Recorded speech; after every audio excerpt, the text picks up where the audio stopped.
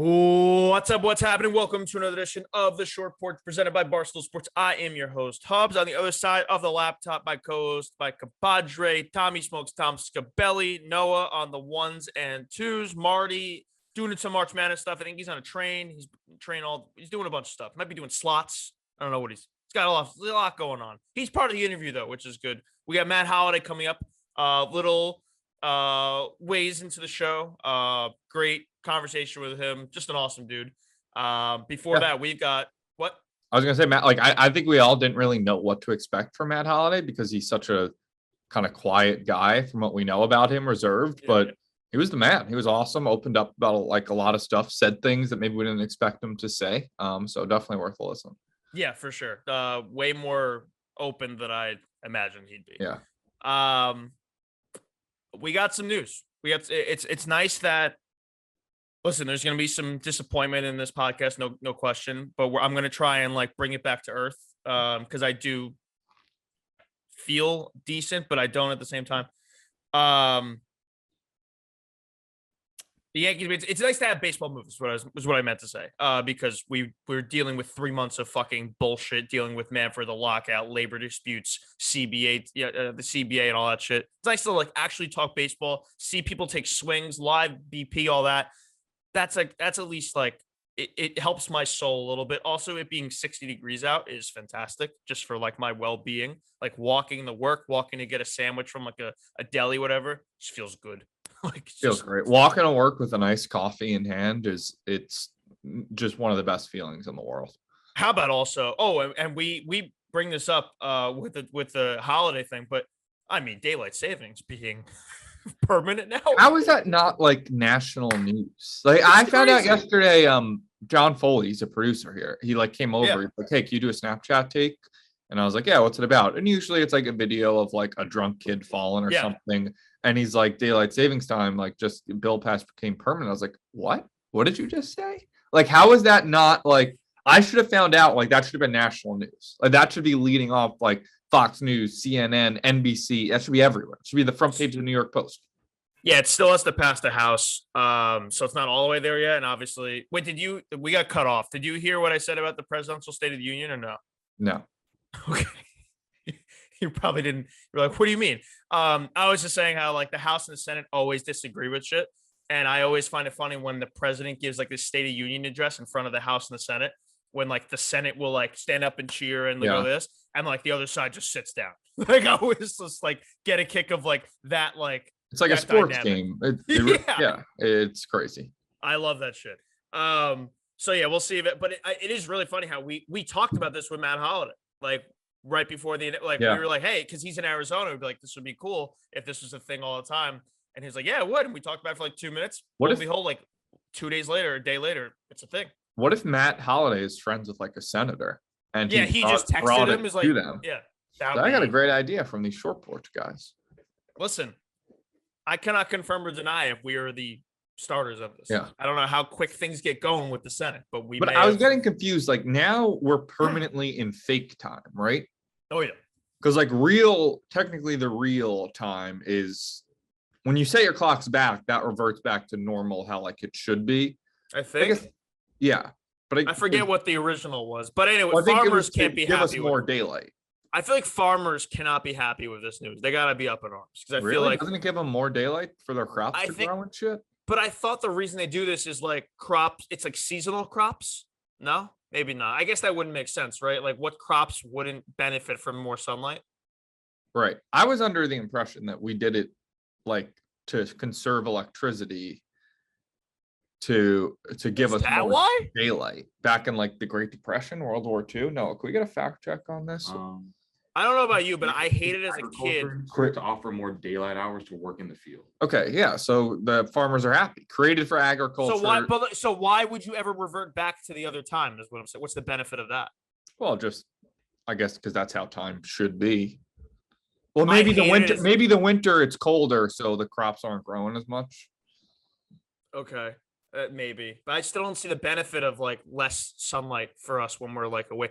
I hated as a kid waiting for the school bus in pitch black dark. It would make you more tired and more depressed. But that is going to happen now. Oh, you're right. Damn. Like the daylight. Not my problem. Not my the problem. Daylight starts. You're later, right. You're right. I didn't like it though. Yeah. Damn. All right, let's get into Yankee news. People are probably freaking out already. Anthony Rizzo come back to the Yankees, as reported by me. I got into the newsbreaker game. I actually hate this shit because people are like, you're not first. Like, oh, I do get a kick though, and you definitely feel this going back after and seeing the people like, no way this is true. Oh, fans with sources. Oh, trust me, bro. All that, you said. I would have been retweeting. I was even sending you pictures of. I was like, here's this person that was wrong. Here's I would just retweet every single person that was like, no way, you have no credible sources, yada yada, you're wrong. Like that would give me but it is a no-win situation because you were right clearly, and people are like, oh well, you weren't first or whatever. And if you were wrong, then obviously everybody clowns you. So it's a tough spot. Yeah, I do not care. I honestly care more. I just wanted to be right. When I tweeted that, and I had very good understanding that it was a done deal, and I had the years correct and everything with that. But there was 8 minutes, obviously, until Heyman got involved, and I was I was at Brother Jimmy's with Mush, and Reegs and all the guys, and I was legit nervous for those 8 minutes. It's I need this to be confirmed by someone to make me feel better because I don't like this being out. I don't want to be wrong. That was it. I don't care about being first. I'm not a newsbreaker. I just fuck around on Twitter. But I got a pretty good source on it, a really good source, and let it fly, and ended up being dead on, exactly right. It looks like one of his buddies, Rizzo's buddies, is it John Brown? Someone his last name is Brown. He tweeted it too, a half hour before me, and everyone's like, some people are legitimately so delusional and out of their minds that they think I saw this guy's Twitter. Who has, mind you, 100 followers? He had 100. He had 300 as of last night. He hadn't tweeted in 6 years. Rizzo follows him, so it's very clearly I assume they're very good friends, and he told his friends, and they think I saw this guy's tweet, which had no action, I assume, at all until people were like, oh, he also reported it. And they think I stole that. And I think that is, if you genuinely believe that, God bless you. I can't prove you wrong unless I show you my phone and who I got the source from. I'm not going to do that because I don't care about you if you're that person. It's also if you're a Barstool fan, it's probably not that hard to put together. But these people who are tweeting at you, they are not Barstool fans, so they're not able to do that. But whatever, fuck them. Yeah, fuck them. I'm not giving it to, I just think if you genuinely believe that, if you truly believe that's what I'm doing, I honestly wasn't even on Twitter. I had fucking Wyoming plus 4.5. I'm fucking sweating it out. Did not happen. Had a really bad night. Constantly Twitter searching Anthony Rizzo, waiting for John Brown or whatever his name is. Yeah, God.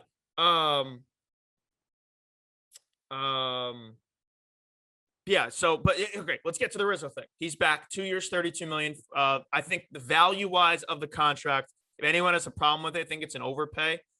No chance. I think $16 million a year for him is solid. He's obviously a very good first baseman, incredible in the clubhouse, lefty. You need in that lineup to break it up. High contact, doesn't strike out a lot, has pop. He was hot to start his time with the Yankees. He kind of had a regression, but it kind of happened right when he had COVID. He never really recovered. He had a pretty bad battle with COVID. So you have to think, I'm going to give him the benefit of the doubt that fucked him up a little bit, and he will be much better moving forward.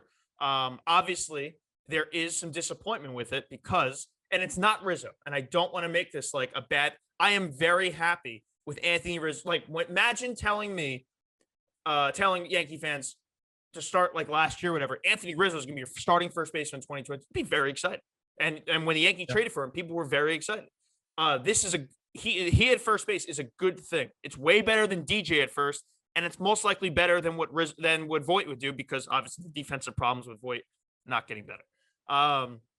We'll get to Voit, but there is disappointment obviously when you go into this type of offseason where the Rays are still way better than you. The Blue Jays have improved vastly. The Blue Jays are maybe the best team in the division. Maybe in all of baseball.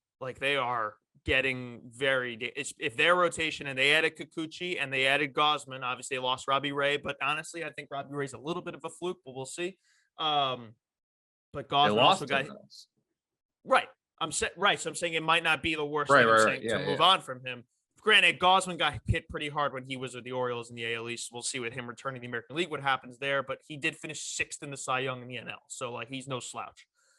Their rotation is solid. Their lineup is a wagon, and they got fucking Matt Chapman today. Matt Chapman coming off a down year, but you know what? So was like Simeon, and then Simeon did what he did. So who knows? But you come off a year where the Blue Jays are ahead of you now. The Tampa Bay Rays have been ahead of you for 5 years. The Boston Red Sox at the moment are probably even with you. Now they have room to do things. Whether they're still in on Freddie Freeman. And the fact that you come off this year where you were 19th in runs scored, the starting pitching held itself together, and it's pretty much the reason you got to the wild card game. Like the way that JMO gave them those 2 months, Cole was pretty good all year. He had a few hiccups here and there, but overall, really good season. Nestor was a revelation, obviously. A lot of things went their way with the rotation that you obviously are going to bank on and hope for happen again. Plus with Severino, putting a little too much faith, I think, right now in Severino, but we'll see with that. But what I'm saying is there was an opportunity to add some like good young talent to this team, or very, very good veteran talent in like a Freddie Freeman or a Carlos Correa, and the shortstop market being what it was. And you end up with Josh Donaldson at third, who's 36 years old. We'll see what he can do there. And defensively, that's a question mark. And you had Anthony Rizzo. You move on from Gary, and you're moving on from Gio. So you're getting better defensively there. There's just, they improved. This team is right now better than it was in 2021. I think it is. But is it a lot better? Is it enough? That is probably them banking on a DJ resurgence, Glaber, if he stays on the team, getting better, and Gallo. I think if they're banking on those 3 guys playing way better than they did in 2021. If they do that, you will have a team that's way better offensively than they were in 2020. It's holding up to so much the chance, and I hate that. I like Anthony Rizzo a lot as a player, as a person. The Yankees are better. If the option was having Anthony Rizzo or not having Anthony Rizzo, you'd prefer to have Anthony Rizzo, right? Obviously, Freddie Freeman was the dream, but if it's Anthony Rizzo or like Voit and LeMahieu platooning at first, you're better with Anthony Rizzo. But Anthony Rizzo was on the team last year. And again, I'm glad he's back, but he doesn't make them. He was already on the team. Like, you can't improve by retaining people you already have, if that makes any sense. Like, to get better, you need to add new pieces in. So I just look at this lineup as constructed, and it just feels gross. Like, it's not bad, but right now, if you put out the optimal lineup, you'd probably have DJ DHing or Glaber or Glaber DHing. You'd have to have Judge in center or Gallo in center, Giancarlo playing every day in left field. It's just ugly. It doesn't fit. And, they said that they wanted to remember in October, Brian Cashman was like, we got to get more athletic. We have to get more contact oriented, faster. They haven't. Josh Donaldson and Anthony Rizzo do not solve the problem of athletic, faster. Right. I mean, IKF, I guess, sure. I think Izzy is also appropriate. We can go that way too. Izzy? All right. Yeah, Isaiah? Izzy? Better. I don't like IFK is tough. Well, yeah, whatever. I'm sticking IFK for now. IFK settles. No, IKF. Whatever. Izzy, yes, solve IKF. That. Like Izzy, sure, he's a good defender. He hit like 270, 280, but like ton of hits. People are really clamoring around his hits. He has a lot of hits. Right. If I'm talking about the Yankees getting more younger, athletic, contact oriented, he was not the number one choice I had in mind. Like, the Yankees came off a disappointing season. There was a historic shortstop class, an overall very good free agency class.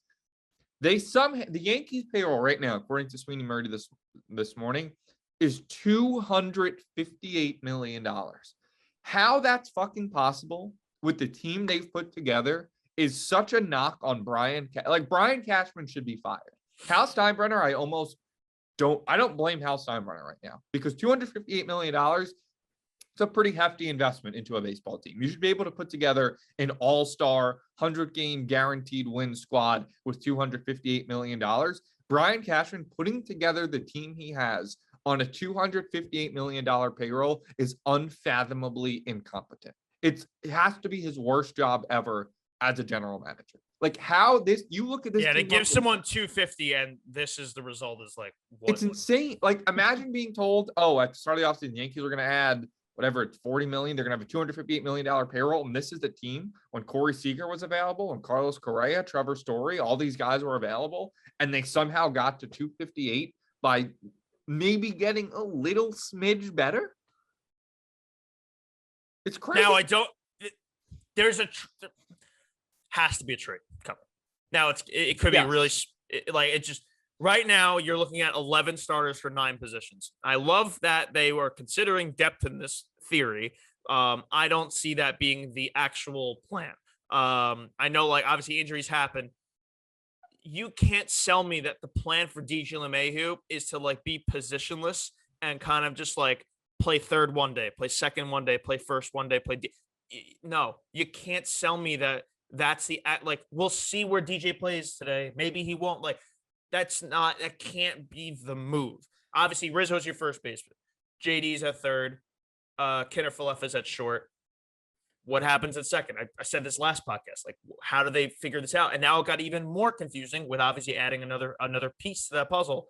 And then you have Hicks in center. You have Gallo in left. You have Judge in right. Giancarlo's your DH. They say Giancarlo's going to play the field more. So that means is Hicks playing less? Is Judge more in center? Is Judge playing center really like our plan? Like that seems like a bad idea. I know it worked last year, but like you're playing with fire when you do that.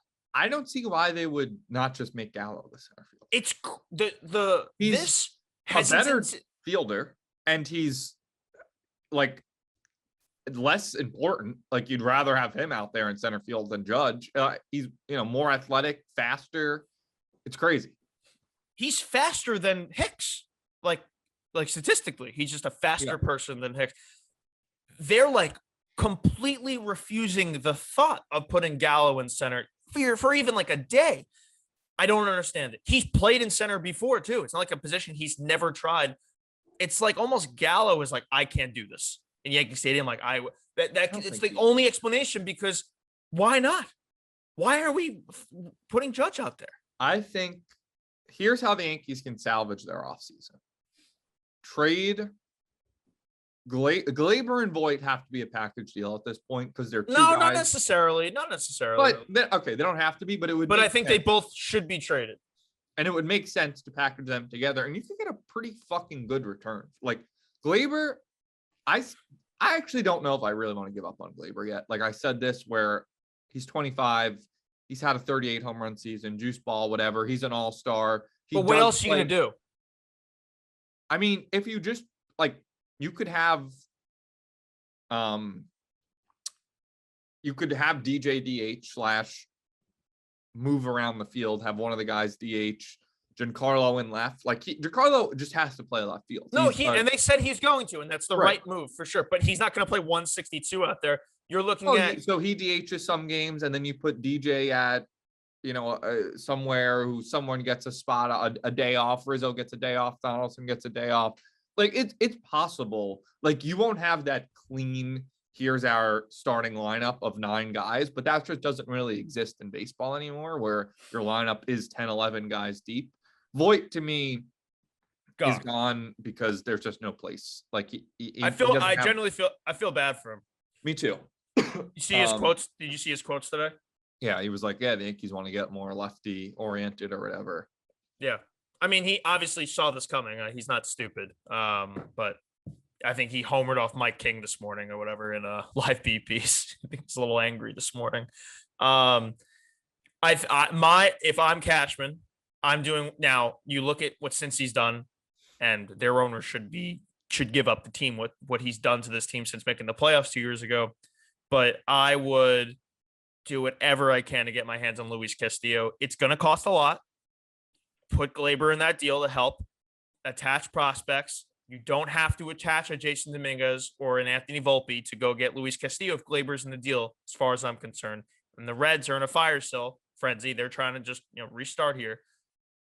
Throw Gleyber in there along with some prospects and go get Luis Castillo. that will make me happy. That will be like, okay, we did something this offseason. We've improved the rotation. Now you're looking at a rotation of Garrett Cole, Castillo, Severino, Montgomery, JMO. Like that's a very strong starting rotation. And then you have your emergency guys, and you could throw Nestor in the pen, and if you need him, you can bring back up. Schmidt, right? Like put Clark in the pen, worked out with King, or they're also emergency guys as well. People are going to say Domingo. Domingo could fall off a cliff right now. I really wouldn't bat an eye. Like I didn't like the whole situation with him, even bringing him back. He to me, he just doesn't do it for me. The peripherals do not back it up for him when he's on the mound.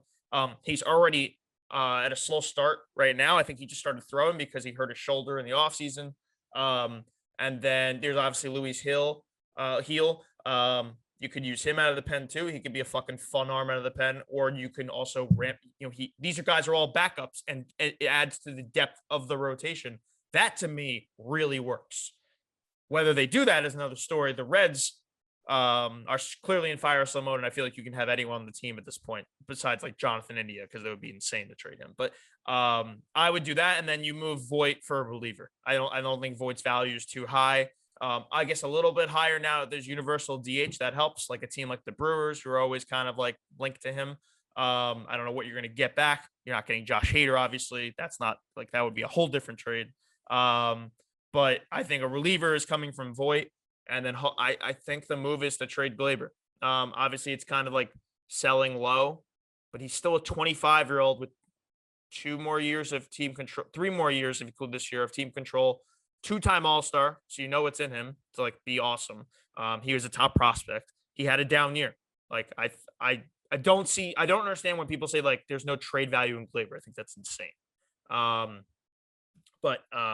Yeah. So I am happy with Rizzo. Like I feel good with him at first. There could have been a whole lot more, and it's disappointing, but it does feel like they're not done. This roster is not set. I'd almost rather package Glaber for a center fielder. Like, I still think the offense needs more. Yeah, that could happen. Than the pitching. Like, the pitching to me was sneaky kind of good last year. Yes. I would maybe go for like a mid-level, a middle of the rotation guy where you could package Voit and maybe a prospect or two for, a 3 or 4 starter just to have another reliable arm. And I don't think Voigt's getting you a starter that. No, with prospects. They got to be good prospects. But I'm not asking for Luis Castillo from Voit. A back end of the rotation, middle of the rotation. I need a front line. I need another front line guy to make me feel good.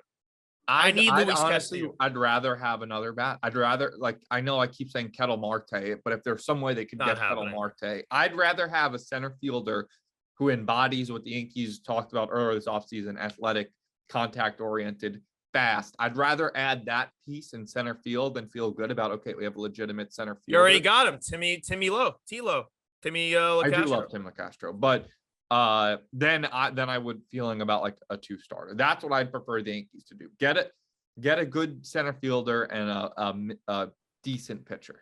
I think I'm so much further on the starting rotation side. One, because pitching always plays in the postseason, and you need a true number 2.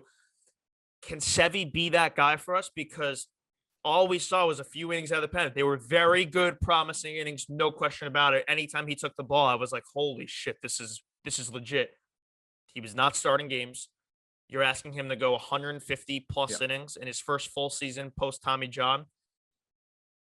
There are question marks. The point is the Yankees still need a decent amount of things that we're listing, and they've already spent $258 million on this team, and Brian Cashman's a fucking loser. Yeah. Now, I did see if you get Voit, Glaber, and Chad Green off of the team, they're at like 230. And the first level of the CBT is 250. So, like, I thought that was the second level. No. Oh, second level. Sorry, second. But, like, there is room to do stuff here. Like, you can clear money off here and make stuff happen. Yeah, I'm with you with not trusting Hicks in center. I mean, there's no reason that guy fucking he's a non-factor in my mind. And it's a movable deal too. You make $10 million a year. You can get rid of him. Or just I'm fine with Aaron Hicks being our backup outfielder, but like I'm not going into the season relying on Aaron Hicks as a center fielder because it's irresponsible to do so at this point with how often he gets hurt, and even when he does play, he's not even that good. So Aaron Hicks, in my mind, is not an acceptable answer at center field. I would just love for a reporter to when they rule out Gallo in center, I would love for a reporter to ask why. I've yet to see a reason behind it. They just don't really like acknowledge the possibility. Like, why wouldn't we do this? Imagine it's like they're thinking of trading him at the deadline or whatever, and they want him to like boost his value and not get hurt. But that would be insane. Like, you can't think that's not the way the Yankees should be thinking. You know what I will say is a good thing for us? Italian Stallion shirts stay. Italian Stallions are staying. Yeah, how about that? Yeah, the shirts. You know what? I should have fucking put that below the tweet. That was stupid of me. I don't even know if we have them in stock right now. But you know what? Because we're gonna talk to Rizzo on the show. That will happen. I need Rizzo in an Italian. I know he has one. Like Gallo bought him for both. Gallo may hate us because of you, but Rizzo I'd say everything I said to Joey Gallo right to his face. That's not his fault. Yeah, prove me wrong. We got a lot more to talk about here. First, I want to talk to you about a sponsor who has been with us for quite a while now and who has sent us quite a few things. And the thing they recently just sent me, I have them right here.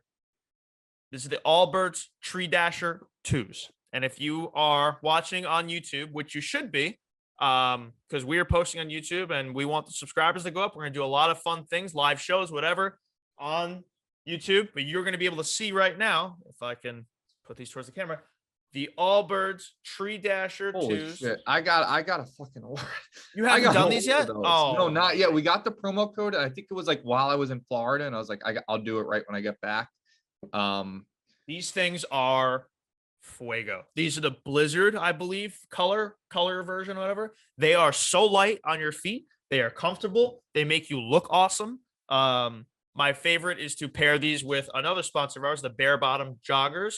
With these, you just look like you know what you're doing. I'm wearing the Bare Bottoms also top right now. I'm just all covered in Bare Bottom. But I love the Allbirds Tree Dasher 2s. They are just everything you want in like a summer shoe. For like running outside, walking outside, all that great weather. You wear these. I got to be a little careful. I'm going to treat these with like they're my son, where like I got to make sure there's no dirt getting on these white shoes, because obviously that will not look great. I'm going to clean these. I have cleaning stuff or whatever, but I want to make these look pristine all the time. I love the Tree Dasher 2s. They're light. They respond to every spring in my step. They've got extra traction to grip the pavement. They've got an improved heel collar that locks my ankle into place. I always turn my ankles. No more with these bad boys. Spring forward with the Allbirds Tree Dasher 2 running shoe. Discover your perfect pair at allbirds.com today. That's ALLBIRDS.com. Allbirds.com. The Allbirds Tree Dasher 2. You gotta get it. With the weather as good as it is right now, baseball on the corner, you want to be wearing the Allbirds Tree Dasher 2s to Yankee Stadium to go watch this team. Okay, more Yankee news. Let's see, where we'll go. Okay, let's go with Cole and Donaldson. They had their meeting. We had wondered if Cole got a heads up, if he was not necessarily, I guess he didn't approve it, but he was told, hey, this is happening. And Cole's response was, I'll be fine. Which is kind of like the same reaction you get when your buddy tells you that, hey, your ex that you really don't like is showing up to the party you're at. And like, we kind of like don't have a ride home or whatever. So we got to deal with this. Yeah, I'll be fine. It'll be okay. They both talked to the media. Boone alluded to that there was a meeting in his office where things were kind of just said, and it kind of makes it the way he was talking about it. Now, I can't take Boone for his word with anything, because he said fucking Luke Voigt was our first baseman and Gio Urshela was our shortstop, and a day later that thing. Also, this is a little off, but who do you think the player Boone really liked was? Remember the start of the offseason? Like, there's one guy out there, a free agent, or whatever, we really like. I'm assuming they didn't get him, unless it was fucking Isaiah Kinafalefa. And if it was, then Boone should be fired. Yeah, I don't know. That's a good question. Maybe it was Donaldson. He was a free agent though. But anyways, they had this meeting. It kind of seems like both sides kind of got it off their chest. Everyone was pretty blunt about what they said, which I think is pretty healthy. And I'm happy they got out of the way the first day. That is like kind of surprised me. Going how like the Yankees do shit. It wouldn't have shocked me if they just like kept it awkward as shit for like weeks and like we had weird stare downs or whatever. It will be funny if those two match up in a live BP session or whatever. I hope like Donaldson does something funny or alleviates it. He does seem like a good teammate at the end of the day, and he wants to win. I think someone was saying when Clemens came over to the Yankees, like no one liked that guy, and he was like he would always hit them. And I want to say like the Yankees showed up like for the live BP session in like full like armor, like just like fuck with him and like it kind of like diffused the whole situation. So this meeting. But we also know that like making those type of jokes with Garrett Cole don't always go well from the Brett Gardner situation. No, certainly doesn't. So maybe err on the side of caution if we're gonna do that. Very sensitive man. I thought the clip was funny of Boone at the press conference where he starts off. He's like, "Yeah, we met in my office. They really had at it." And then they went at it. Jason Zillow was like, "Can we walk that back?" But like, I do think Boone gave a good answer, and like I like that he said like, "Yeah, they were blunt." Like to me, it would have seemed faker if they were like, "Oh yeah, everything's fine." Like, no big deal. Like, no, they didn't like each other. Yeah, the fact that like they had their real feelings and they talked about it and we're like, let's fucking figure this out. That gives me hope. And again, get over it. Like two grown men, figure it out. Yeah, you're getting paid a ton of money. Too much money for this to be a problem. Way too much money. You're on the Yankees. Figure it the fuck out. Are they going to become best friends? No, and everyone's like, it's a team sport. They don't play. They're not passing the ball to each other. Donaldson is going to be at every like mound visit and shit. There is something here, like they are not like going to be opposite ends of like the team and shit. Like they are on the same diamond. Donaldson's going to be the guy that, if he makes a nice play at third, a barehanded play, Cole's going to, acknowledge it. Like that is happening. It's not like he's an outfielder or something. So I'm happy they got through it. I don't expect it to be a problem moving forward. If it is, I will lose my mind. That's not what I need. It is nice. I not totally unexpected. Well, I kind of assumed they would, that they kind of like reach out to Cole beforehand. Yeah. What else happened? Kyle Schwarber is on the Phillies. I am very happy I don't have to deal with that guy in the Red Sox anymore. Just kind of quick there, but I had enough of the Kyle from Wharton and all that, whatever the fuck they made up a town from. And he's just, and kind of funny that the Mets thought they were done dealing with him. And no. He's right back in your division. So him and Harper on the same team with Hoskins. That can be a fun lineup. I kind of like every year though. I'm like, oh, this is the year the Phillies are good. But true. That's fair. Is Girardi still their manager? Yes. Yeah, and I guess the bigger news besides the Rizzo stuff, Cole Donaldson, not so much, is this vaccine rule in New York City, where so obviously you had this Kyrie Irving rule going on for the past few months, where it's an unbelievably dumb rule with no common sense back behind it, where he's not vaccinated. Obviously, that's pretty well documented. And he is not allowed to play in home games for the Brooklyn Nets. He can play on the road, but if you're unvaccinated visiting player, you can play in Barclays.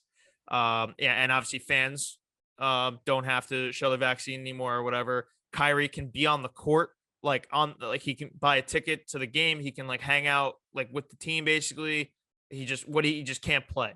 And that is apparently going to be the same rule for baseball as well, even though baseball's outdoors. Which is just illogical to me. The Yankees and Mets, if you are an unvaccinated player on the Yankees and Mets, you cannot play home games as of right now. Who does that affect? With HIPAA violations, I don't want to say names, but there's good reason to believe Aaron Judge is one of those people. Obviously, Anthony Rizzo is pretty well documented also. And I think his has to do with him having cancer. And yeah. I think there's I don't know what Judge's reason. I'm not asking for it. That's his choice, whatever, whether I agree with it or not. But at the end of the day, what the fuck are we doing here in New York City? Like, this just can't. Now, it does seem like I feel like if there's no way you sign Anthony Rizzo here, knowing that rule is going to stick. Or he got vaccinated, but that seems unlikely because of seems I have unlikely. 2 takes here. My first take is that this is a brain dead fucking stupid rule that has no common sense behind it. Because think about this. Let's just Aaron Judge. Oh, also Aaron Judge is not vaccinated, because if you ask someone if they're vaccinated and they don't just say yes, that means they're not vaccinated. He said like 50 words that why, by the way, are all my favorite players. They just don't know how to give press conferences about the vaccine. Aaron Rodgers, Aaron Judge. Yeah. If the Knicks had any really good players, I'm sure they wouldn't know how to handle it either. So yeah. But Aaron, like, so he's not so Aaron Judge, this means with this rule, he can like sit in the dugout, or he can at least sit in the locker room indoors in close confines to his other teammates, where he's more likely to get or give COVID, but he can't go stand outside in right field where he's hundreds of feet away from other people. Like, he is this rule makes him more likely to catch or spread COVID.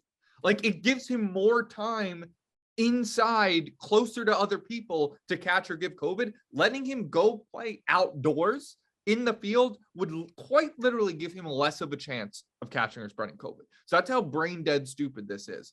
Second part, though, if this rule is going to stay, then Aaron Judge, you better go get that fucking shot. I don't care what your reason is. I'm assuming it's not anything where it's like health, pre-existing conditions, whatever it is, suck up, buddy, and go get the fucking shot. And that's that, because I'm not we're not losing you for 81 home games because you're doing your own research or whatever it is. Go get the fucking vaccine if you're actually going to start missing games because of it. I would be stunned if the rule stays in place. One, because they signed Rizzo, and two, it seems like I know the Nets have been trying to get it lifted. I think the Yankees have a little more pull in New York City than the Brooklyn Nets. Especially the outdoor aspect. Yeah. I would guess that this is getting lifted. Now, I did see that numbers are going up a little bit. And I think my girlfriend was she's a nurse, and she was saying that that's kind of because they're testing patients again in the hospitals, and they weren't doing that for a little while the numbers were super low. So maybe that's a reason, because the numbers are going up and it's just testing more. Yeah, I agree with you. So there's also a tidbit here. If he were to miss all the home games, he would not qualify for service time, and he wouldn't become a free agent. To think that Judge wouldn't like get the shot and that's a lot of money he is like willing to not make, that would shock. That would really surprise me here. And that's if the rule doesn't get lifted here. And I think the Yankees would have the judgment call whether they can invoke the service time thing. I would think if he's hurting the team to not play the home games, they're going to do that. They're going to be like, yeah, what the fuck, man? Why would we do this for you? Yeah. So, also, could you imagine could you imagine Judge going up to George Steinbrenner and telling him hey, I'm not going to play because I don't know. George would kill him. Yeah. There's two very simple solutions here. There's 2 outcomes here. Either the rule gets lifted, Aaron Judge can do whatever the fuck he wants, or the rule stays in place and Aaron Judge, I'll fucking take his ass to the Javits Center and he's going to get the Johnson & Johnson 1 jab and that's it. There is no scenario in which Aaron Judge is missing games because he's not vaccinated. That cannot be a thing that happens. No, that can't be a reality. I refuse to allow that to happen. Yeah, so that's a fucking headache. Well, and we have about 3 weeks here, so figure it out, man. Jesus, the fact that I can go to a crowded bar, and watch college basketball games during March Madness, but Judge can't play baseball. Explain that to me. There's no and then the visiting players can come, no problem on vac. Figure the fuck out, man. Fuck this private sector rule. What else we got here? Sean Chacon. Shout out the Trenton Thunder. I've always loved the Trenton Thunder. You've always been a big minor league Trenton Thunder. Me and TJ have always been the biggest Trenton Thunder guys in the world. He's their new pitching coach. I love the Trenton Thunder. I always have. I thought it was ridiculous that we cut them. I shed real tears over it. And now, we're bringing in Sean Chacon. We're going to do something special. Yeah, that's all I got on that. I didn't have much to add there. Chris Sale also broke his rib, so he's not starting the season for the Red Sox on time. He is a piece of glass, as is always. I am very worried. What's your 0 to 10 nervous scale about the Red Sox signing Freddie Freeman? 6. Okay. It would have been lower yesterday. Schwarber hurts. Like Heim did have a quote saying like incremental moves like are good too, guys. So like kind of, I also did see they were kind of linked to the Padres to get Hosmer and Will Myers, which I assume they would get back a sick prospect with taking on those salaries. But if they're linked to like Freeman and they end up with Hosmer, who's really not good at all anymore and owed money, that would be very funny. Just to get a prospect. But they also have like guys in the farm system at first base, like they have obviously Dahlbeck already, although I think he's not in the plans for the future. But they have this guy Tristan Cass, I believe, who's really good. Would kind of stun me if they went the Freeman route because I feel like Cass is just like their move. I think he's MLB ready or like very close to it. But Freddie Freeman being there would be very bad for my health. Other than that, that pretty much does it for this part of the show. We've got Matt Holliday coming up here. Mush is part of that interview. I do want to apologize a little bit. So Matt was on the phone, driving with his kids to, I think, a baseball complex or whatever. There are a few times where the internet kind of like lags for a second. Bear with us. It does return. There is like one moment where I really didn't cop out because I think he was talking about the 2017 Astros. But in case you don't, they were not happy, and there was text exchanges with the whole team immediately. I think that's what got cut out for the most part, or what you couldn't hear. But they were very angry, and Holliday, not being a current player, was able to speak out a little bit on it. So it's cool to hear from him. He's a hell of a dude. Had a great career. So yeah, we got into it with him. Before we talk to Matt, we'll talk about our friends over at Felix Gray. 5 years ago, Felix Gray set out to create eyewear that would improve daily screen time. And since then, Felix Gray has been on a mission to create a better relationship with technology. Us staring at these screens, our phones, just kills our eyes. Like, we're going to find out 30 years from now, like how bad this really was for us. So that's why we've got these Felix Gray these glasses. These are built to preserve our eyes. They filter 15 times more blue light that can make screen time tougher on eyes and disruptive to sleep. It's crazy to think like what blue light can do to just like destroy you. But Felix Gray is here to help us.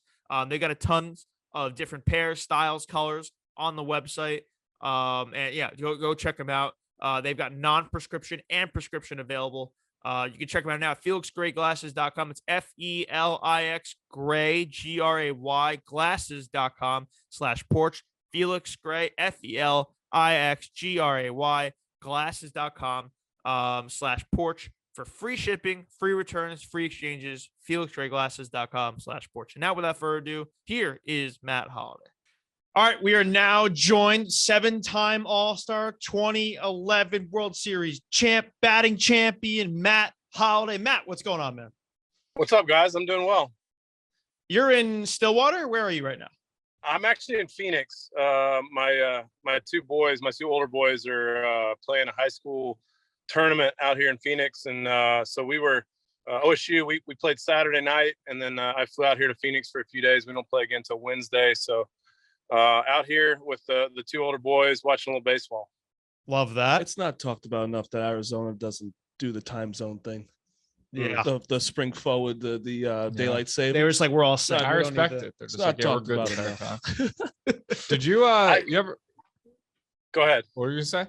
No, I said I like it. I wish nobody did the time change. I agree. Like daylight. Yeah, that's what I'm saying. I don't understand why anyone would. Well, we just got a good time change. We just got more daylight. Yeah, but it's just like, just keep the time. That needs to be like national news, by the way. I didn't even know it was daylight savings time. You didn't notice the time change? I woke up. I was like, feels like I didn't sleep as long as it suggested, but I wasn't sure. But no, I was gonna say, like, you've had spring training in both Arizona and Florida. Do you ever have a preference?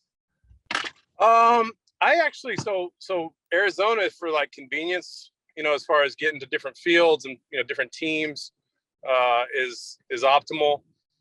But if I had to choose, I'd probably take South Florida over Arizona, just like I said, because of, I like to be out on the water. I like to wake surf and fish and do stuff like that. And so it is convenient, Arizona, having all the teams and, within about a 30-mile radius. Yeah, for sure. So, you said your son is driving the car right now. Jackson. He is a highly touted prospect coming up here with the MLB draft. How early, like, were you just dead set? Like when you had a son, you were like, yeah, I'm just going to make him a Major League Baseball player. Like, this is just going to happen. Like, I don't care. Like, oh, you like basketball? No, we're going to play baseball. We're going to be awesome. This is how we're going to do it. You're going to swing like this. And then boom, here you are.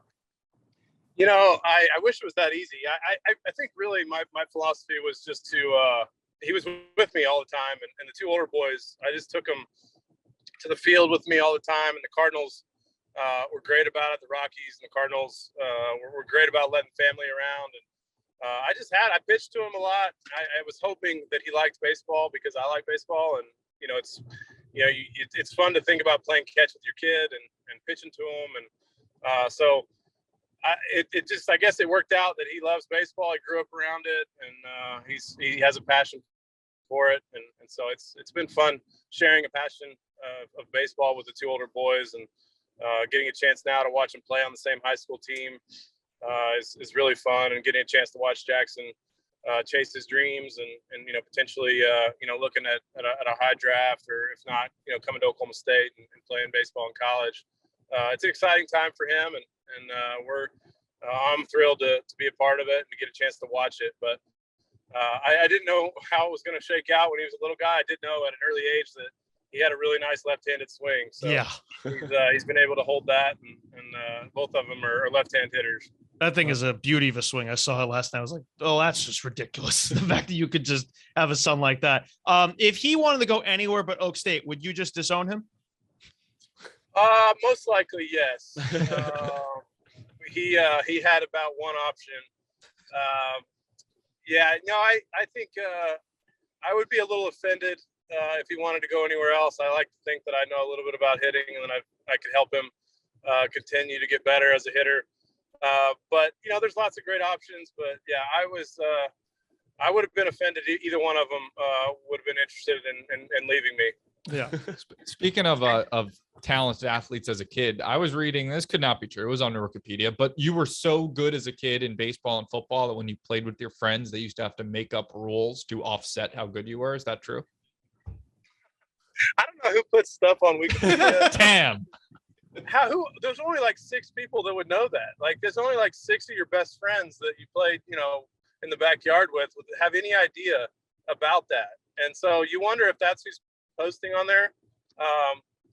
Now, I mean, I don't know. Like, I was bigger than them all at a young age. So you play tackle football in the backyard. If they can't tackle you, then it's not very fun for everyone else. So we did have to alter some of the rules as far as, some of the tackle football rules. And but yeah, I don't know how that Wikipedia knows way too much. It's oddly specific too. It says that you had to be auto QB for both teams, and that 3 home runs of yours counted as 1 if you were playing baseball. That's just one of your boys that's still pissed from when you guys were like 10, being like, this motherfucker we couldn't tackle this guy. Let me write on Wikipedia.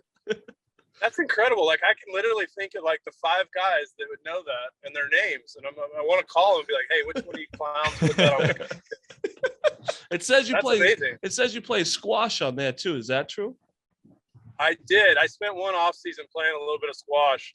The guy that I was training with thought it would be a fun activity for David Freese and I. One off season, it was kind of a workout and like put you in some different positions, and it was pretty fun. I haven't played since, so I must not have liked it too much. Yeah, but it seemed like you like squash. That was just one guy at your squash club that was like, I saw Matt Holliday playing squash. Better throw that on the wiki. Exactly.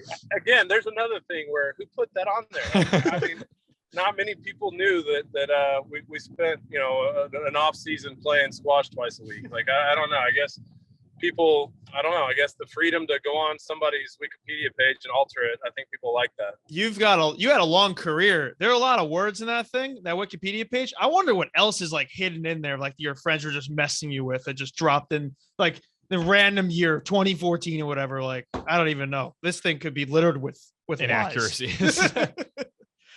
I should probably go through and read through it. Yeah, make sure that there's not some really bad stuff. I mean, yeah, I guess I should probably keep an eye on that. Yeah. So you've been since you hung up the cleats, a coach at Oak State. you are Mr. Stillwater. Like you're born in Stillwater. Like you would have gone there. Your brother, is your brother the coach now? Is that still? Yeah, my brother's the head coach. Yeah. And your dad used to be? Yeah. Yeah. So, I mean, you guys are just Stillwater through and through, but you never went there as a student. You went straight to the MLB. As a coach now, you see all these college kids around you having fun. Is there ever a thought in your head like, damn, I wish I went to college here? Yeah, I mean, I think there's parts of, I was going to play football and baseball there. So I think there's parts of like, what if, like, that would have been pretty neat to be a multi-sport athlete at Oklahoma State and a college campus. But I think that there's an element to the minor leagues that you get that same kind of camaraderie experience of everybody being 18 to 21, 22 years old. And, in the minor leagues, it looks a little bit different, but it's a lot of the same experience of riding buses overnight and playing cards and hanging out. Yeah. Living in apartments where you share, there's 5 guys in a 2-bedroom and playing video games way too late. So I think there is an element of college that you experience in the minor leagues. But there's times where I think, man, it would have been cool to play, football and baseball. I would have played. My dad would have been the head coach. My brother would have been a senior when I was a freshman. So that would have been a really cool experience had I got a chance to do that. But in life, I had no regrets. It worked out pretty well. I think you're right. Yeah, it would have been cool. I gotta say, so I was in Stillwater like 3 months ago for the TCU game. And I'm walking around campus. Great place. I gotta say, we were walking to the stadium and we passed by a couple pushing a stroller, like a baby stroller. And this was my first, like, okay, I'm not in New York City right now moment, because I was with my girlfriend and all of a sudden she's not there anymore. She's back at the stroller. And I'm like, okay, what is it? A cute baby, whatever. We go back and there's like 7 puppies in the stroller and it's like 30 degrees outside. And they go $50 for a puppy. We gotta clean the streets up a little. We can't be selling puppies for $50 in Stillwater. You're Mr. Stillwater. We gotta do something about this. Yeah, I'll get on that. I haven't seen that, but it doesn't surprise me. I thought you were gonna say it was like pigs or something. No. Yeah, I don't know. I'll have to make sure that around like a football game day. There people come from all parts of Oklahoma. It's like a carnival, I mean, you can see just about anything. So I'm not surprised. Usually that kind of stuff happens at the Walmart on the north side of town. So apparently they got out front of Boone Pickens. So they're expanding. Sorry about that. Yeah, they're expanding their business. It's probably a pretty good sell. Like a bunch of drunk people coming out of the game, being like, "Oh my god, this cute puppy!" Everybody loves puppies. Oh, everybody no. loves If puppies. we had lived in Stillwater, like we would have just bought a puppy. Yeah. Like that would just happen. Sure. So you had a long career, spanning with the Rockies, Cardinals, Yankees. Why were the Yankees your favorite organization to play for and the best time you've ever had in your life? It was a great year. The first half, anyways. I really liked, the guys. Living in New York City was cool for an Oklahoma kid. My family was with me. We lived up in the Upper East Side by Central Park, and my kids learned how to hail cabs and ride the subway, and so it was a good learning experience for all of us. And playing and putting on the pinstripes was really cool. My grandpa was a huge Yankee fan. Grew up in Pennsylvania, and my dad's a Northeast guy. So, being a Yankee was a cool experience. It's definitely different. I mean, as far as just like the security goes and all the things that go into kind of the things away from the field. So I really enjoyed it, and I made a lot of good friends, and the first half I played really well, and then I got sick and didn't play so well in the second half, but it was a good experience all in all, and who knows what would have happened if the Astros weren't banging on trash cans and we'd have had a chance to win a championship. There it is. I feel like we haven't talked to someone from the 2017 team who is retired. Like everyone's like, too buttoned up or whatever because they're still playing and they face these guys every day, but you're not. You can go kind of just like shoot from the hip here and, get it off your chest. Like, Did you guys Fuck feel like them. something was up? You know, I remember thinking a couple guys talking about how they were on some of the breaking balls from of our pitchers that were absolutely nasty, Right. and they were taking pitches that you know weren't being taken very often. You know, Severino's slider and some of the nastiest pitches that were getting thrown to the plate. It did feel like they knew what was coming. I'm surprised they didn't notice. I guess when you're in that environment, it's a loud stadium. Maybe you're not thinking that would be a thing, but I am surprised that no one picked up on any sort of noises. But yeah, I mean, it's definitely to your advantage to know when Severino's pitching and you know some of the nasty bullpen arms we had that year. If you know a fastball's coming, that's an ideal situation for a hitter. Yeah. What was your initial reaction like when you found out about it? Do you remember where you were? Did you call anyone from that 2017 team and be like, can you believe this shit? Everybody, you know, all the guys kind of like were on like a text log where, you know, like, that makes sense. You know, just, you know, at that point, there's nothing you can do about it. You know, I think that, you know, you go, man, I mean, we had a really good team. We were playing really well. And you know, we'd have had just as good a chance as anybody to win the World Series that year. So it does kind of piss you off knowing that, you know, for me, it was, you know, I was close to the end of my career and you know, chance to get another ring and be a World Series champion in a Yankees uniform it's pretty cool. So it does piss you off that there was an unfair advantage and yeah, I mean, there's nothing you can really do. I guess you know I guess a couple of them got, you know, the front office people and the manager lost their jobs, but all in all, the players walked away unscathed and you know, it's unfortunate. You know, it's part of sports. Everybody's always, you know, trying to find an edge and. Unfortunately, we were on the wrong end of that deal. Yeah, but that's like nothing really happened to them. They all got the jobs. They Everyone lost has their new job, jobs. But then they got back the next year. Oh, It's yeah. like I hate the fucking Astros so much. It's such bullshit. Okay. I was gonna say, like that year when you guys weren't on the road facing a team that was cheating, you were lights out at home, 6-0 in the playoff games. There was the awesome Twins game with the Didi home run, the Indians to come back from down 2-0, Astros down 2-0. What could you remember about just the playoff atmosphere at Yankee Stadium that year? Yeah. You know, it's pretty crazy.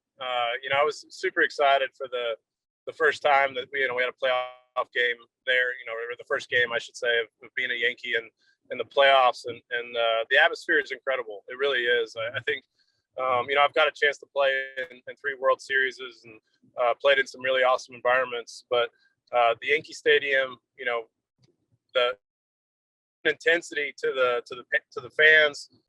To the you know, like the, I don't know, Northeast people are just you know, it's a whole different level of intensity. So yep. We're scumbags, you could say. We're angry, impatient scumbags. Yeah. We will talk a lot of shit. We all sound the same, and yeah. You said it, but yeah, that's yeah. You know, my dad's got some Northeast to him, and when he gets mad, like still he's been in Oklahoma or out of the Northeast for a long time, but when he gets mad, his accent starts kicking in, and he's got that Italian Northeast accent, and you know, like the F-bomb becomes a regular, and so it's definitely an environment. But I loved it. I loved playing in that type of environment and the intensity and just the people, the care factor of Yankee fans is on a whole another level. Did you have I feel like everyone has like a welcome to New York moment where they, you know, maybe they see someone in the subway who's like, you know, lay off the fastball, you know, like you were like, you know, you're getting beat inside or whatever. Did that happen to you ever? Is there one moment that stands out to be like, oh yeah, this is a little different here? Yeah. I mean, we lived in the Upper East Side and I'd just be walking with the kids to like grab lunch or something. And you'd have like cops like, hey, there's Matt Holliday. Yeah. You know, hey, you know, and there the doorman, you know, of one of those buildings is like, hey, you know, he's coming to the game tonight. You know, just people recognize you and just I didn't get a lot of people offering hitting tips, but you know, I did experience a lot of people recognizing me and it was cool. It was cool to live in the city and just feel the energy of being a Yankee in New York was pretty neat. Yeah, it's not easy to hide being 6'4", 240 in you know, the concrete jungle like that. You know, you're going to be spot out pretty quickly there. Yeah, there's a lot of, it's just cool, man. I just like the base of New York City and the interest in sports, and it's as a huge sports fan myself. I think it's cool. You could see anybody walking down the street, and people, they don't really bother you. They just want to say hello and like you said, maybe give you a tip on what you should do better. But I feel like when you were in Colorado, you could probably just walk, they're not as passionate. They're going snowboarding and shit, probably high. Just like you're just in New York, they're high, but passionate about the Yankees still. Yeah. Well, for 4 last night, you bum. Yeah.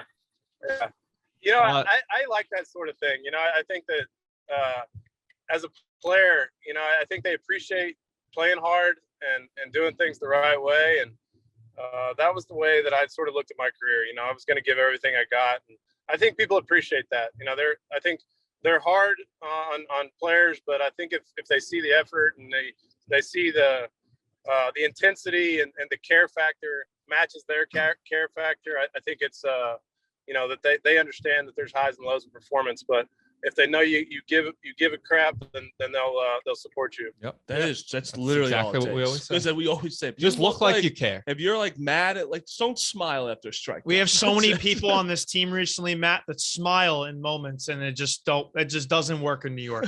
I know sometimes it's like a mechanism, like things can't be going. No, just don't do it. Yeah. Smiling just doesn't. Yeah. Help. Yeah, you were there. Do something. Yeah, you gotta do something. Gardy, you gotta smash the top of the dugout, or hit your bat on something, or lose your mind every now and then. Yeah, it's good for it. I think that's a smart play. Yeah. Okay, just want to take a quick minute here to talk about our friends at Roman. Baseball may be back, but it's not what you want to be thinking while trying to last longer in bed. Thinking about what could have been with Correa, Freddie Freeman, Seager. It's not. It actually may just make you limp in bed. Do not do that. That's a horrible, horrible idea. Do not think about the Yankees in bed. That is just. I could not say. It's just not. Bad thoughts are going to come in your head, and then bad things will happen. So don't do that. Use Roman. The folks at Roman, an online men's health company, they're changing the game with Roman swipes. The secret to longer lasting sex. Roman swipes are clinically proven way to last longer in bed. They're effective, easy to use, and fast acting, and they do not require a prescription. Roman can ship swipes to you in discreet, unmarked packaging, and each swipes packet is small enough to hide in your wallet for whenever you need it. They're super easy to use. Simply take the swipes out of the packet, swipe them on, let it dry, and you are good to go. That's it. Go to getroman.com/Porsche to get your first month of swipes for just $5 when you choose a monthly plan. That's getroman.com/Porsche. And now back to Matt Holliday. You were there for Aaron Judge's rookie season in 2017 when he broke into stardom, 52 home runs. What do you remember about him that year? His maturity and just how he was handling all the stardom being thrown at him just immediately, basically the spotlight. It was really incredible. Honestly, he's one of the more mature, kind of has it together, younger guys that I've ever been around. He's obviously a little bit older now, but just the maturity. His parents did an amazing job of raising him. He's a good human. He's just a good guy. He seeks advice. He's an incredible athlete. He's an incredible, I immediately was like, wow, this guy is crazy, talented, strong. He was hitting balls, from day one. I was like, oh my God, I've never seen anybody hit a ball like that. So it was fun to watch, watch him perform, how he handled the performance. Still to this day, how he handles, all the things that have come his way. Just the same dude, just an awesome guy. You'd love to hang out with him. Just chill. His parents are cool. Just a great guy. I was fun to watch, getting a chance to be there as he kind of came into, his own and watch him hit all those home runs. And every day in batting practice, we hit together in the same group. And, we'd have contests where we try to hit certain objects and at certain parks. And, I think his best years are still in front of him. Yeah. How was it seeing him in person? Because maybe on a football field, you see people your size. Baseball field, you do not come in contact with somebody who dwarfs over you. He's 6'7", what is it, 280 now? I don't even really know, but I remember seeing him, I think me and Frankie met him once or whatever, and just shaking his hand was a different experience than I've ever felt. For you, coming in contact with somebody that big, what is it like? Yeah, I mean, I like you said, I was shocked at how big he was. I was like, um, just we used to funny story. We in Boston we stayed at a hotel and they had a basketball gym as part of the connected to the health club, and so we would sneak over there and I would throw him alley oops and just watch him dunk and just like it was just a freak to watch him move around and it looked like he could have been a tight end in the NFL, could have played power forward in the NBA. We were quick, fast friends, and we still to this day are pretty close. So I root for him hard, and yeah, he's absurdly big. Yeah, I'm sure the Yankees would be really happy to find out you guys are throwing alley oops to each other. It's like Aaron Boone injury all in between, over. in between games. That's why we hit it. You know, we don't, I'm sure he doesn't do anything like that anymore. You know, I'm sure, definitely no not. More, him and Giancarlo, yeah. no way, no chance. No more, no more shenanigans like that. So I'm sure he's much more well behaved. Yeah. So I know you didn't come back in 2018, but at the end of 2017, when you heard the news that Girardi was basically getting fired, were you surprised at all? Like what was your read on his relationship with the clubhouse in 2017? I was surprised. You know, I'd only been there a year, so I didn't have the full, I guess, picture of everything that had gone on, or maybe, you know, kind of the relationship he had with all the guys, or I guess I don't know. I guess maybe I didn't have the full story, but the way we played at the end of 17, and you know, it was a young team and kind of a team on the come up that I think I was surprised. Like I said, I don't know the relationship between he and Cash, or I didn't have a lot of that information that other guys, you know, would. But anytime you get that close to the World Series, I think it's always a little bit of a surprise that there's a manager change. So it kind of caught me off guard, but you know, I guess some other people maybe not so much. Yeah, for sure. So you were with the Rockies, the Cardinals, the Yankees. The Rockies have this, like, I mean, obviously you were there for the very successful Rockies days. Lately, they don't like to do that. When they have a good player, they let him walk, they trade him, whatever. What are they doing? I mean, they did that to him too. Yeah, no, for sure. You were traded for Cargo and Houston Street. It's like there's a problem there, right? Like, I mean, I think it's a problem. It goes with teams like the Pirates too. All these teams that just don't want to really spend and chill out to really win, and these owners are kind of content. This is a big problem, obviously, with the labor negotiations, which just happened. But what's your take on all of that? You know, I honestly, with the Rockies, you know, it's such a cool city and a great place to play. I think they have a great fan base. I think the people in Denver love sports. And so it's kind of, you know, to me, you know, the Rockies are a little bit near and dear to my heart. They drafted me. I spent my first 10 years of my pro career there, and then obviously finished my career there. I think they're headed in the right direction. I think that, you know, with the new GM, Bill Schmidt's been in the Rockies organization a long time, and they've brought Clint Hurdle back in a advisor role. I just think that these organizations have to develop their own players, and then, you know, I think that once you get a player that's a star player, then you have to sign him. I think you have to pony up a little bit earlier to get him to stick around. Right. And I think that they haven't done a great job of that, of getting, and you know, they had Nolan under contract. And so, right. I don't know, I guess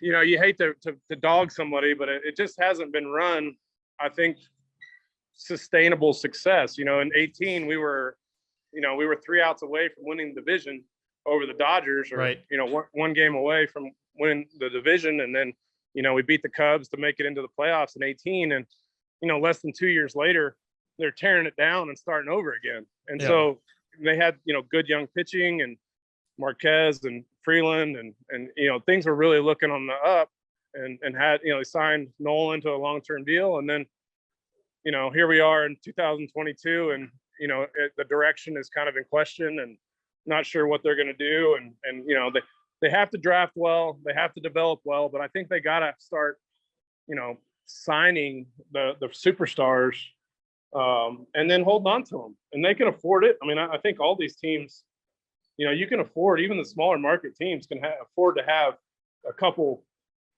big contracts on the books with all the money they're making in TV and they get close to 3 million fans a year in Colorado. So I hate to say that Denver's a small market because I don't think it really is, but they can't spin like the Yankees, but I hope that with new leadership that they're going to get things turned around. It seems like this conversation may have just turned that because they're reportedly aggressively pursuing Chris Bryant and talks are at an ownership level. So I guess maybe they are changing some philosophy with what's going on here. Weird. Yeah, and I hope that's true. You want all the teams trying to win, right? I mean, some of them have to do it differently. Some of them, can spend a little more, but you want everybody to, because the more you win, the more people come to watch, the more money you make. So to me, you want the super competitive owners, right? You want the guys that have enough money that if they have to lose a little bit of money to sign free agents, they're willing to do it because they want to win. And I think that's the healthiest place the game can be. Yeah. I think if you want more fans in Colorado, you sign a 1-day deal and you see if you get a hit to get your career average over 300. You know what? If it was just one hit, I would do it. I actually just ran math for you. If you come back and go 5 for 5, you'll get your average to 0.29954, which will round up to 300. Pretty easy. Come on. You just faced Andrew Haney one day. In 18, when I came back, I had it over. I should have just walked away. Yep. And then I got it back under. So if we hadn't been in the playoffs or in the run to the playoffs in 18, I probably would have been smart to just check it in. So I didn't quite get it, but I think I don't love. All right. Yeah, I don't love that, but I'll take it. 5 for 5. We could do 5 well-placed bunts or something, like just random times throughout the Especially year. if they're banning the shift. I mean, you can attack that thing easy. I don't think bunts are my ticket, but I think I could probably. I think I could still get a few hits, but I don't know. When you came back in 2018 to Colorado and you pinch hit and hit that home run was fucking awesome, like just unreal. Did you have an did you think like you could still do it, and especially in that moment? Like, were you even trying to hit a home run in that moment, or are you just going all out for the home? The one in St. Louis, the last one in St. Louis, is that what you're talking about? No, I was talking about the one in Colorado. Like I think that was your first homer of the year. Okay. Against the Cardinals. Gotcha. Yeah. I mean, I had grinded in the minor leagues for like a month to get back to the major leagues. So I was feeling pretty good about where I was. And I was hitting really well in AAA when I got called up. So I was pretty confident and that I could still perform at a high level. That home run against the Cardinals was pretty cool. I mean, it was a pretty timely moment.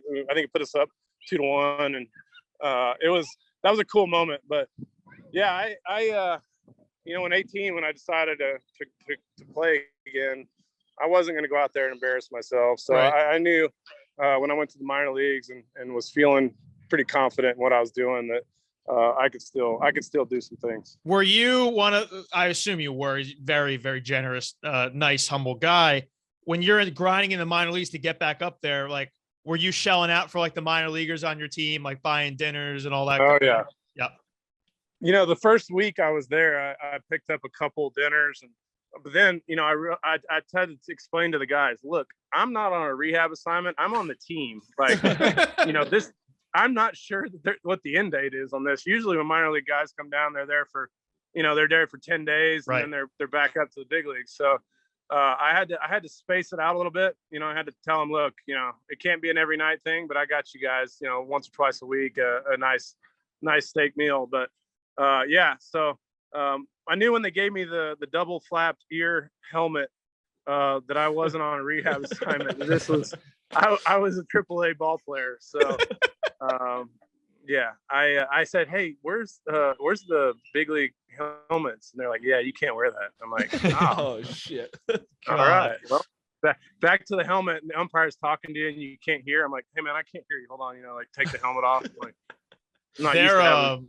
they're going to an automated strike zone in AAA coming up this season. How much would you hate that, or would you love it? I think I'd love it, actually. Okay. I'm a little bit worried about the low breaking ball that ends up in the dirt that might have crossed the bottom of the knee. Yeah. I'm a little worried about the different size of player and how they're going to be able to adjust based on, Aaron Judge to Jose Altuve. Like, how does how are they going to monitor how high or torso length, or, if a guy has long legs or short legs, like some of those things from the height standpoint worry me. But as a hitter, I can adjust high to low. But the guys that get the umpires get 4 or 5 inches off the outside corner, off the inside corner, like, there's nothing we can do as hitters to adjust to that. And so I'm actually okay with it, because I prefer, the width of the plate being, as consistent as a machine can call it. So I don't know.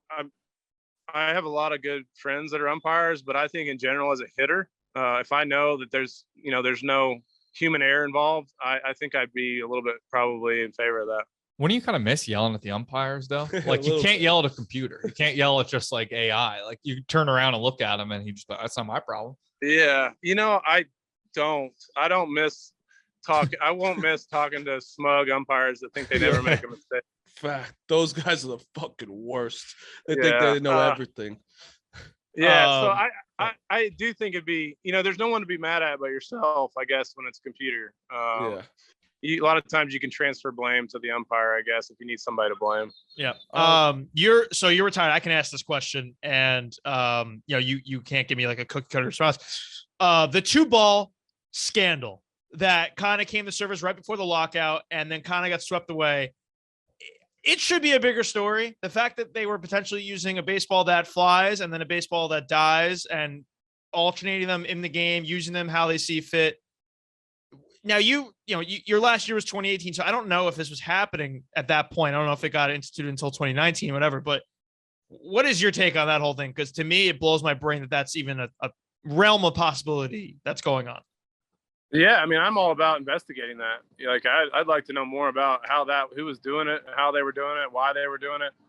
To me, that's bullcrap. Like, the ball should be, the one consistent thing that, that everybody has. I mean, I can't imagine why, what the reasoning might be for doing that outside of, I guess, if the home team maybe gets to decide what balls are being used. I'd like to know more about that. I hadn't read enough about it to know the full extent of why or who, but yeah, I mean, that's not cool. I mean, that's not, I think it's a bigger deal than you're talking about. I think it is a bigger deal than maybe trying to sweep it under the rug. I'd like to know more about it. Especially when you factor in how in bad baseball is now with these gambling companies. That is a very interesting aspect. And like a game like the Field of Dreams game, the Yankees and White Sox, every single ball was flying out of there. It's like, wait, all these like special games, the London game. That was weird. Why is there 30 runs in this game? Makes you think. Makes you think. It does. Yeah. Yeah. That's a good point. Like, it makes you go, there should be no manipulation on the game, and no matter how, like I said, I mean, whether it's overseas or, in a cornfield, I think that's, like I said, I think that should be investigated. When you were playing, so you were Rockies, Cardinals at start. You were, to me, obviously star player, right?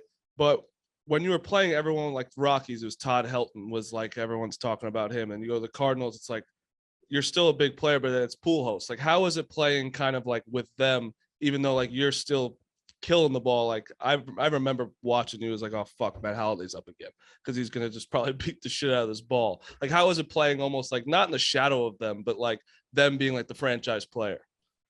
Well, I came up with the Rockies, and Todd was an established all-star. Yep. And a great guy, great friend, helped me a lot in my career. Larry Walker was there at the time as well, Hall of Fame player.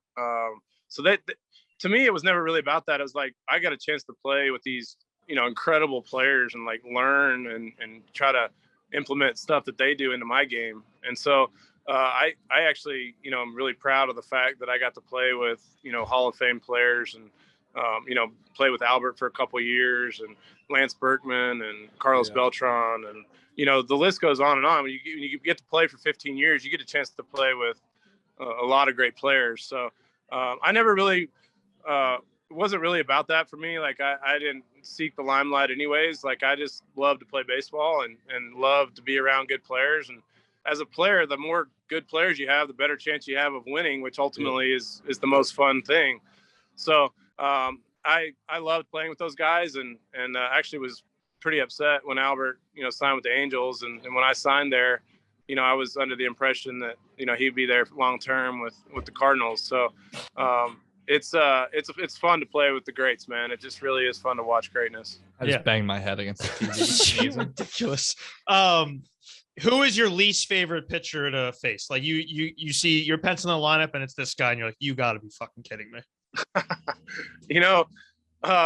It's crazy because sometimes like the pitchers that maybe didn't have great careers, like there's just certain guys that you don't see the ball well on, and there's a guy named Brian Lawrence that pitched for the Padres. I don't know if y'all remember him, but he was kind of like a 3/4 sidearm guy, and he just got me out. Like at one point I was like an all-star player in Colorado, and Clint Hurdle's like, hey, I looked at the numbers, I'm gonna have to start sitting you against this guy. And I'm like, yeah, I mean, go ahead. Like, no problem. You want to schedule my day off for when Brian Lawrence pitches? That's fine. He I had a hard time picking up his slider and he could get the ball in on me. He's one that stands out just because, he's not the typical suspects of, Kershaw and Scherzer and all those guys obviously are very difficult to hit. And so, there for a while in the NL West, it was a lot of good pitchers in the NL West early in my career. When you go to San Francisco and you got Lincecum and Kane, and you go to LA and you got Brad Penny and Derek Lowe, and there's some good pitchers in the West early in my career. So those guys kind of come to mind. Jake Peavy was really a tough at bat for right-hand hitters in his prime. I got a chance to face Clemens and Maddox and Smoltz and Glavine and Randy Johnson. So I got a chance to face some of the all-time greats, but it's weird. Some guys just, you don't see the ball well, like Brian Lawrence. Yeah, that's what I feel like that happens a lot to baseball players where it's like, Kershaw is going to be a tough at bat. Like that's going to happen. But but what he has, but like Brian Lawrence, like this motherfucker. Cause like when I played against Yeshiva University, here we go. The guy would throw 72 miles an hour. I could not hit him because it was so slow and I just would get frustrated. But like someone like that, I feel like that happens a lot. That's a lot of people's answer. It's like just a random person. It's never like, because obviously the answer is Roger Clemens. You know what I mean? Right. Like it's just funny to think about. Is there a guy on the flip side who you just would love to see face? Yeah, Woody Williams. I think I was like 10 for 13 or something like that. Jesus Christ. There was a few guys that when you'd be struggling and you knew they were pitching, you're like, oh, I'm getting 2 hits today. It doesn't really even matter. Derek Lowe, I hit Derek Lowe really well. That's awesome. I just looked it up. You were 2 for 18 lifetime against Brian Lawrence, so he might have cost you your 300 average. You should go he for sure did. No doubt. Yeah, for sure. Son of a bitch. I wish he would have sat me. I wish Hurdle would have sat me out those games. Okay, 2 more questions and we'll get you out of here. Sorry for taking up so much time of your day. No, okay. You played for the 2 biggest rivalries in baseball and maybe in sports. Cubs, Cardinals. You were in that. Obviously, Yankees, Red Sox. I know obviously just the 1 year with the Yankees, but like, was the Yankees Red Sox rivalry just way different than the Cubs Cardinals rivalry? I'd say they're both, kind of big, but they're just different. Like what you talked about, like Northeast people, like there's a hatred, and then like the Cardinals Cubs, it's like the husband's a Cardinal fan and the wife's a Cubs fan, and everybody drinks beer, and it's not quite the fights in the stands. It's not quite occasionally, but the general tone of the rivalry is a lot harsher, I'd say, with the Red Sox and the Yankees. But it's really, from a player standpoint, the environment for those kind of games is just really cool. Like you feel like you're kind of back in time when you're playing, a game at Wrigley Field in June, and an afternoon game, and it's full of red and blue, and it's just it's a cool environment. You feel like it's back in the day playing ball. And then, the Yankees, Red Sox, and just the electricity and lead up to the game and just the back and forth of it. I feel very fortunate to have gotten a chance to play in both of those rivalries. But I'd say the big difference is the friendliness of the fan bases towards each other. I would say like Cubs, Cardinals fans like go out to drink after the game, like, oh, it's a good game. Yeah. But like Yankees, Red Sox, it's like Punch we're each gonna other. fight each other. Literally in the just parking brawls. lot. Brawls in the Like stands. you affect our lives after you. Some lose Cubs that fans game. are White Sox fans too. Yeah, that we've learned. does. Yeah. That What's was it- a whole. I don't know if you missed that on social media, like last year or whatever. But Cubs, apparently, the Chicago people that root for every team, Who which was is it just again? crazy to me. The actor. John Cusack. Oh, John Cusack. Yeah, John Cusack, son of a bitch. We'll get you one more question, and this may strike a close spot to you, but did you touch home?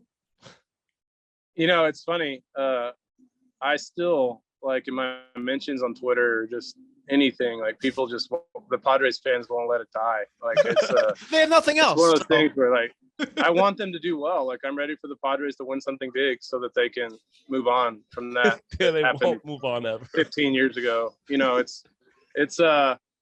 I think if you watch it close, like, I'm not even sure with replay now that they would be like, oh yeah, he's definitely out like that on replay. No, Because definitely. Replay, they mess things up all the time. Yeah, he doesn't catch the ball initially. So, and then he calls me safe, and he scrambles to grab the ball that he'd never even caught initially to tag me. And so I mean, look, I don't know. I hit my head pretty hard, and I'm not sure if I even remember if I did or didn't. I don't. It's hard to tell. But either way, they should start getting on Tim McClellan and leave me alone. Like, I didn't call myself. Yeah. I like that answer. I don't remember. I hit my head. Yeah. Whatever. Yeah. I think it's cooler if you didn't touch it and you just came out like, yeah, I faked you all out. Like, I faked you all out, and there's nothing you could do about it now. It's been 15 years. Deal with it. Shut up. Yeah, it's time to move on. Yeah, it's time to move on. All right. Well, this was awesome. I really appreciate you taking the time to talk to us. I know you got a lot going on, obviously, with your sons. You're traveling around all Arizona here, and also still a coach at Oak State. So I wish everyone the best of luck, and hopefully when the Yankees draft Jackson, he signs with us, and then we're good from there. Maybe you can come as a coach too, because we need a hit. We need some like good hitting philosophies, but it's not going good lately. So maybe we could bring you along with Jackson. Maybe like a 2-for-1. I wouldn't say no to that. Yeah, a little package deal. Yeah. Love to hear that. But Matt, no, thank you so much, man. I really appreciate it. Thanks, guys. Matt. Thanks for having me on. Appreciate it. Thanks, Take care, dude. Yeah, no All right. problem. Thank you. See you guys. All right, I want to thank Matt Holliday again for coming on here. That was a delight. Appreciate everything he gave us there. And I do appreciate his movement to ban daylight savings. He seems to be on our team there. But yeah, I had a blast talking to him. What do you think? I thought it was a really good interview. Like we said, he opened up more than I think we expected. Cool guy. Yeah. So I also subscribe to our YouTube. I wanted to say that too. We're, trying to grow the YouTube. We've said it before, but subscribe to the YouTube. We're going to try to put all full episodes and stuff on there this season. Just feels like everybody's doing video podcasts now. It's hard to grow YouTube, but I feel like we've made some strides from literally 0 in the past year. I think we're like 2.2, 2.3 K subscribers. I'd love to get that up. And we'll do giveaways and stuff and live shows and whatever throughout the year. So please check it out. Plus you get to see our beautiful faces and the Allbirds Tree Dasher 2s that I own. So I can show you those before you buy them. March Madness coming up. We have a team. This will be out after the announcement, whatever. We got South Dakota State. They were my number. You don't watch a ton of college basketball. I tried to rank the teams based off like how much, and we won last year, which is great. Although we kind of won having like the fourth. We won because I was just like, Oral Roberts is a funny name. We also had we had like the 5th to last pick or something. Yeah, like I think we've had 2nd to last pick, and people were taking other teams over Oral Roberts. Yeah, South Dakota State. I like the draw. Everyone says Providence is a fraud, and like I said, Mike Dahm back in 2018 during my March Madness run, I had a great jingle for him. Mike Dahm, he's ready to go on the court. He's nailing threes and free throws. Mike Dahm, saying similar to Mike's On by Mike Francesa. So if that's not destiny, I don't know what is. This did just pop in my head. all year Providence kind of defied the odds. They were horrible, low spreads against teams that just didn't deserve it. They'd win by the skin of their teeth, not cover. So many wins by 5 points or less. All the analytics hate Providence. I feel like they would be a team you like if you followed college basketball. So before we picked, I was like, I could just see Providence going to the Sweet 16. Everybody's doubting them, but they're just gutsy. They're just gritty. Fuck the analytics. But now fuck Providence. Yeah. I mean, I used to follow college basketball like crazy. Every night, every year, I'd in high school, I used to have a Google Doc with 5 pages of notes on every team for the tournament. And then I realized doesn't matter. It for my bracket, it just doesn't matter. It just doesn't matter. And it's I'll watch some, but this year I really watch less than ever. I don't know why, but I mean, I do love the tournament. Maybe I'll try to find a middle ground between 5 pages of notes and not watching it all.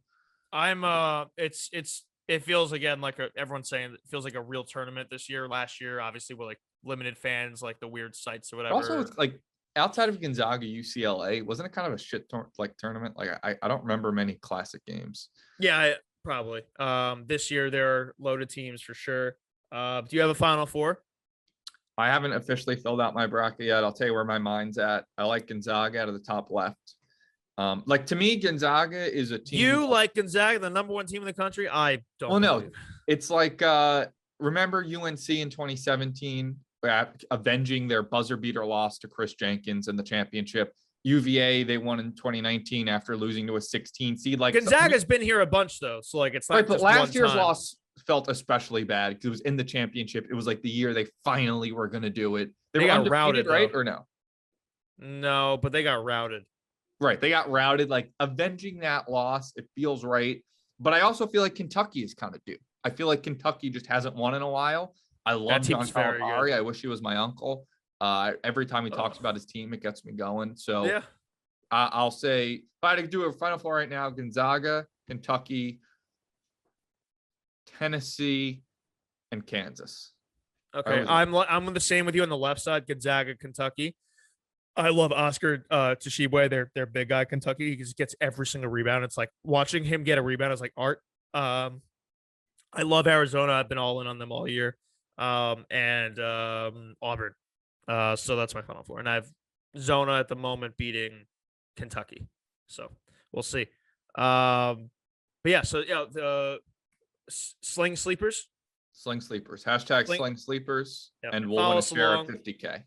We're the ones that tweet about our team, so they like us. So that's we'll probably get 5 teams by Sunday or whatever, when half the company doesn't tweet. But yeah, so that's the show. Hope you like Matt Holliday. Hope you like the Rizzo news. A little inside of how it went down and all that, and then a lot going on here as we move along. You could see an emergency pod pop up here in the next few days, depending if something crazy happens. If a big trade like we're alluding to it does get down, you will hear from us. Other than that, you'll see us back here next week. And until then, that was the Short Porch. We'll see you later.